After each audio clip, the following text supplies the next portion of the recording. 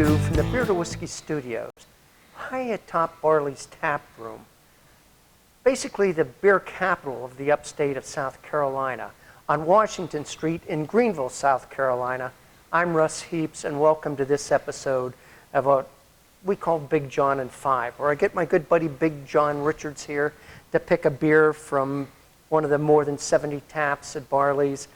We talk a little bit about it, we taste it, we kibitz, and sometimes we even learn a little bit about beer making in the process. Having said that, Big John, this looks gorgeous. What do we have here? Oh, we've been kibitzing quite a bit today, so yes, we have. finish the day off, if you will. This is a big finish, folks, from the... yeah. This is like our 10th segment, I think, today. So might as well be 54th.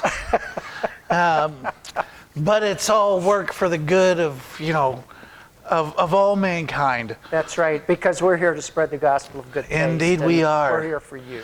And in the interest of doing that, we've poured ourselves a pint of 10% beer. So here we go. This is Foothills, which is up here in Winston-Salem, North Carolina. Okay. So it's one of our local guys, but with a pretty solid footprint. And this is, for sure, the most well-known of their beers. Sexual Chocolate's a big 9.5%. Imperial IPA, or Imperial Stout. Got lost there for a second. Brewed with French broad chocolate, if I remember right. Don't quote me on that. But big chocolate. This is that they release this beer on Valentine's Day, typically. We're not to Valentine's Day yet. Well, no, but this is, I think they actually have on the board up there that this is the 2019. It is. So, yeah. Right. So we're drinking a slightly aged, a year's worth of age on this beer, which is neat. In this time of year, of course, this kind of beer just drinks so well. You might be watching this in the summer. It's hard to say, but it's not summertime today. No, it's cold and rainy and nasty. By far. And the best day in the world to be inside drinking craft beer. Yes. And eating pizza, which we've done here as well yes. today. This beer almost achieved Dark Lord status a couple of years, 5 or 6 years ago. There was one release day where there was almost 2 miles worth of line. Waiting at the brewery to pick up this beer on its release day. There's still a line every year when this beer shows up. And it is a really, really fantastic Imperial Stout. Big chocolate notes. And like I said, it's released for Valentine's Day. It's supposed to be that big chocolate, kind of almost Whitman's chocolate kind of a beer. And it achieves it really well. On a side note, this is the subject of maybe the best mixed beer I've ever had, which is you find yourself a Lindemann's Framboise and mix it just about half and half with this guy. Those big raspberry fruit Kool-Aid notes out of the Lindemann's and the chocolate going on in here. And it is dumb how good that beer is. Framboise? Framboise. Framboise. Framboise is the Belgian word for raspberry. Lindemann's makes, all of the soured, fruited soured beers, all of the lambics, and this is one of their raspberry lambics. So Framboise.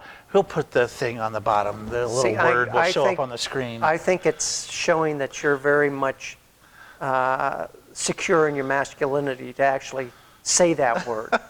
Framboise. I'd never say that in public, let alone on a broadcast. But here we go. Big John is... There you have it. He's nothing if not courageous. Sure. Let's go with that. Speaking of courageous, let's have some beer. Let's have some. 10%. Yeah.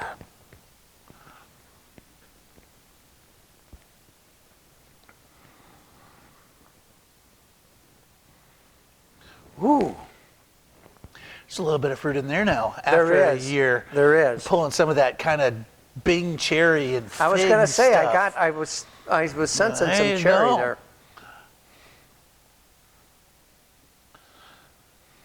I'm actually getting better at this. Another 10 years, I won't even need him. Yay!